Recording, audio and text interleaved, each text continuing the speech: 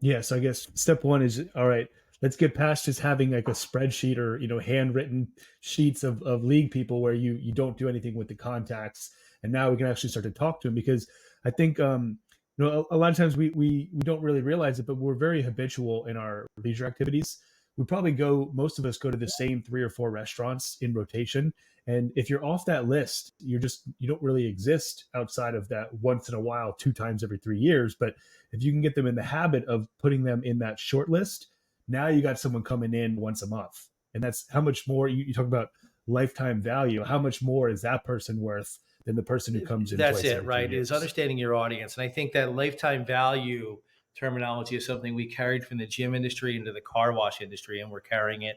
I don't know how prevalent it really is in the bowling or entertainment industry, but carrying that lifetime value and actually databasing this person, being able to look at all their purchases through history, be able to look at the communications they opened.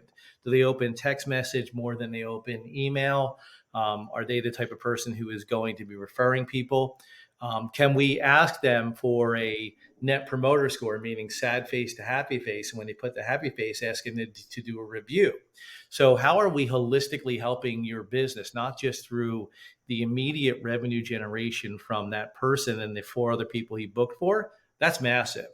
But also, can we get you 50 or so five-star Google reviews, which are going to change how the market perceives you when they Google bowling near me? And then how do we own the SEO and drive you and Bowl Mm-hmm. Now to the top so that it's the Bowl Now participating centers that are really the ones that are benefiting from bowling center near me or bowling near me? Right. Yeah. So just a matter of connecting, like you said, the lifeline is just starting from somewhere because they don't have any connection to a lot of these people. Like you guys brought up a great question the other day of how many bowlers come in through your center each year, and it's probably tens or hundreds of thousands depending on the volume of your center. And how many of those people do you actually have their emails? And of those people who you have their emails, how many of them get something from you on a regular basis? And of those, who actually opens it? I bet you it's less than 0.1% in the grand scheme. And how much are we missing because That's we're it. just leaving Like that on the it is table? minuscule, right? So even when you have their contact information, you're sending it out and moving people between lists. Here's our engaged list. Here's our prime targets. And how are we going to get the most? Really, nothing of it like how are we getting the most out of them? How are we making our fun more accessible to them?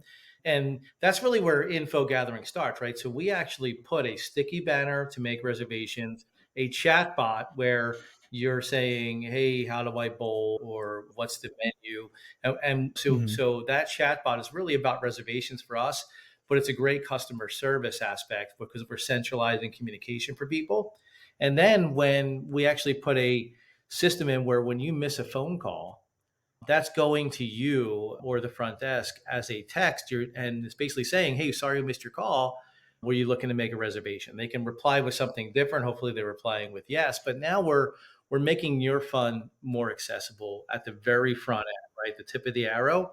And then when Mm-hmm. you think of the rest of it, the sort of shaft and feathers is how are we using that communication pipeline to get you into the center more often, and at the end, get you to actually bring other people into the center and multiply you as a member.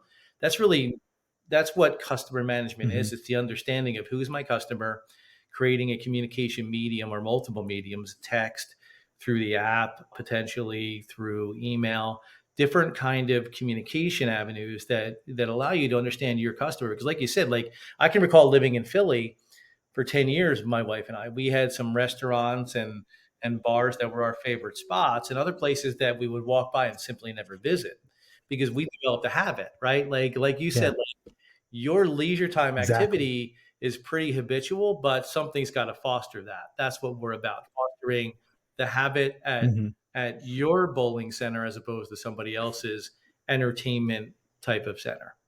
Hey, did you like this video? Great. We make 10 of them a week. Subscribe to learn more and keep learning about what's working in the industry. Talk to you then.